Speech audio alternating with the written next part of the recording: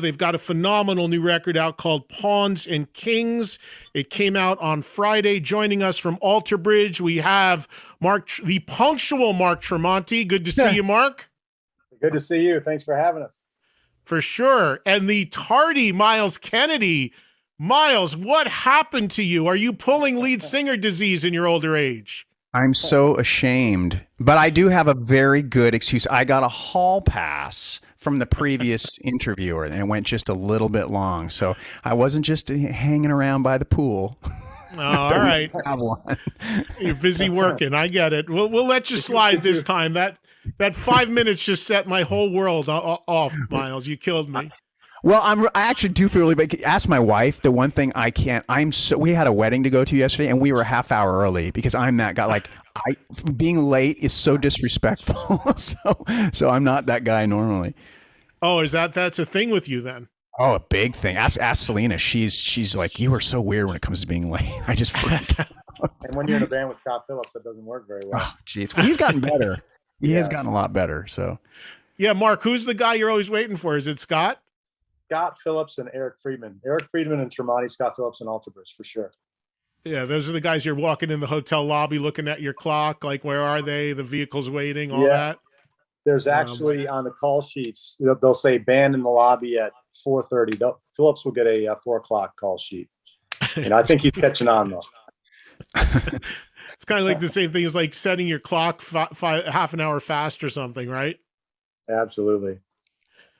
Congratulations on the record, guys. It's incredible. Pawns and Kings, it's out now. It's man, you know how much I love your music, and my favorite Alter Bridge album is Fortress, and this record to me kind of almost feels like it's very much in line with that record. I don't know if I'm hearing things that I'm not hearing or what, but to me, to my ears, this is like got that super heavy sound to it, the great songs, the great hooks, the great riffs.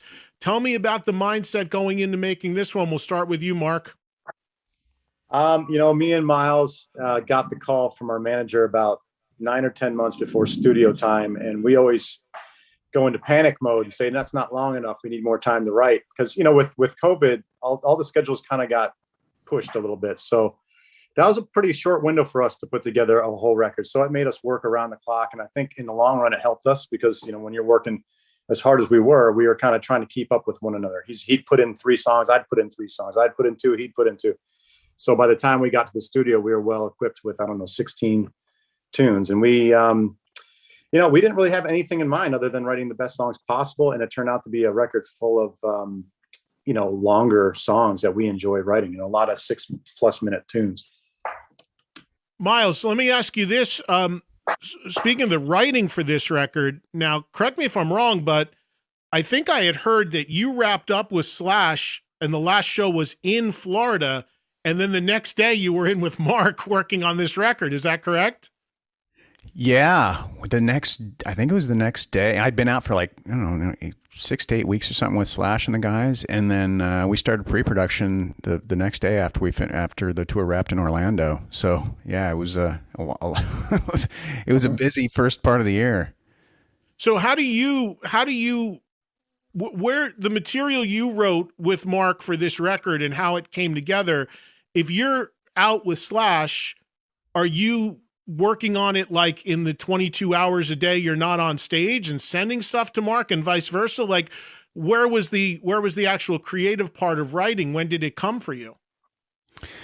A lot of the bulk of the work, at least for the stuff that I brought in, was done prior to the tour. When I feel like I'm most effective at home in my studio when I've got everything laid out and I can do the demos the way I hear them in my head. But with that said, technology is amazing now. So I could go in a hotel room on tour and get a lot of work done just with, with what my outboard gear and my recording software and all that stuff and a guitar. So that technology has really helped the process a lot. It's way different than it was, 20 years ago. So that's nice. So are you somebody that you have to focus, like, in other words, is it good for you to have gone bing, bing, bing right into each thing? Or would you have preferred some downtime? I mean, because some people like constantly being on that treadmill because it keeps things moving. If you stop, some people feel like, you're going to get complacent. Where does it land for you?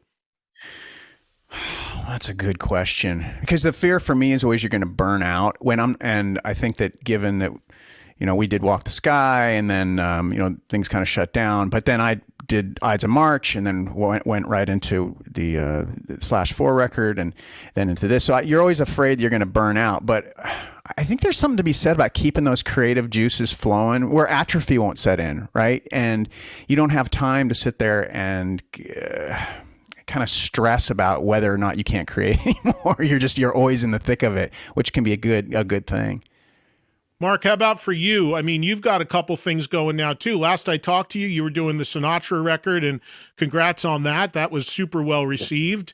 And then, of course, you've got Tremonti going as well. So dedicating and putting your mind in Alter Bridge zone and writing and thinking of things with Myles and the other guys. I mean, how does it slot in for you?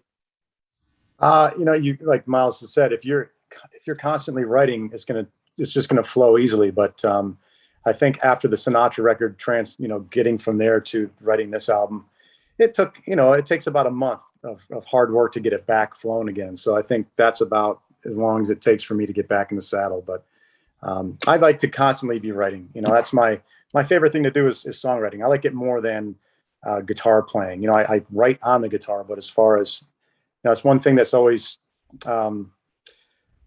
bothered me throughout my career is people always consider the guitar playing stuff way before the songwriting stuff in my case. And I think songwriting to me is way more important in the scope of my career. And Mark, are you somebody that banks riffs and ideas and will sit on them for years and then go back to them? Or do you write for the record? I store all kinds of stuff. I mean, I have so many ideas left over, but I try to act like they don't exist when I write a new record and just keep on plunging forward. And then if I need to, I can say, hey, I need a bridge for this song. And I can go back and go through my files and say, all right, I need a bridge in this specific tuning in this specific time signature or beats per minute. And I can find it because I've got them all logged so I can get to them easily. What about you, Myles? Do you have an archive and do you call on stuff, or when you're writing for a new project, it's specifically fresh, new, right in that moment? That's a good question. I do. You have the things you stumble across that are special. But you know what? Mark is better at organizing things than I am. I'm not, and especially the older I get, and it's so much just my attention span. So I'm better staying in the moment. Like pretty much everything that I presented for this record, I keep referring to it as being fresh out of the oven. There isn't one single idea that wasn't born or that was born really prior to about November of last year. Everything is new. And for me, like Mark is good at like taking parts. He's got this part that works here and this part that works there. Of late, for me, I sit down in the studio, I start doing the demo process, and I try to get as much done as I can. And then I like to leave, okay, I know this part here is something Mark's going to have a great idea for, and then present it to him. So in that sense, I think we're a little bit different. But we used to do a lot more of that.